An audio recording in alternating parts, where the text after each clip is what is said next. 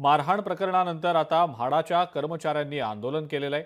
उपाध्यक्ष संजीव जयस्वाल यांच्यावर गुन्हा दाखल केल्याच्या एकंदरीत कृत्याचा म्हाडाच्या कर्मचाऱ्यांनी आता निषेध केलाय।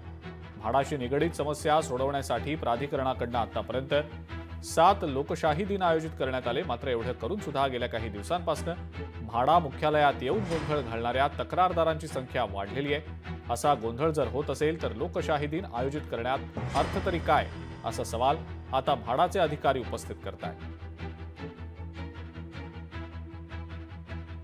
आपण शासनामध्ये काम करत असताना जेव्हा त्यांनी काही आपल्या विचारले होते प्रश्न, त्याबाबत स्वतः व्हीपी सरांनी उत्तर दिलेलं होतं एकदा, तरी सुद्धा पुन्हा त्यांनी अशा पद्धतीने वागणं हे योग्य नाही। आपण जे नेहमीच म्हणतो की महिलांना कामाच्या ठिकाणी आदर दिला जावा, समान वागणूक मिळावी, असं असताना देखील तिथं त्या दिवशी त्यांच्याशी त्यांनी उद्धट वर्तन केलेलं होतं। ही गोष्ट खरोखरच योग्य नाहीये आणि हा पायंडा पडणे तर अजिबातच चांगलं नाही।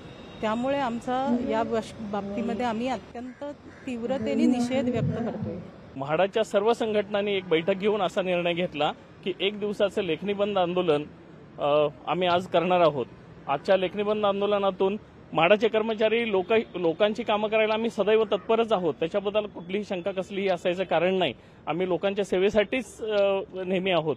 तथापि काम करताना एखाद्या कुठल्याही कारणासाठी कुठं वेळ वगैरे झाला असेल तर त्याला संविधानिक पद्धतीनं दाद मागता येते, ती दाद मागितली जावी।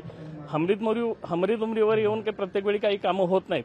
त्यामुळं माझी अशी सगळ्यांना विनंती आहे आणि की योग्य त्या मार्गाचा, संविधानिक न्यायिक मार्गाचा अवलंब करून ह्या गोष्टी घडाव्यात। आजचा 1 दिवसाचा लेखनी बंदचं जे आंदोलन आहे ते सर्व जण आम्ही मिळून यशस्वी करू आणि म्हाडा कर्मचाऱ्यांनी अधिकाऱ्यावर केलेला अन्याय या निषेधाच्या माध्यमातून आम्ही व्यक्त करतोय।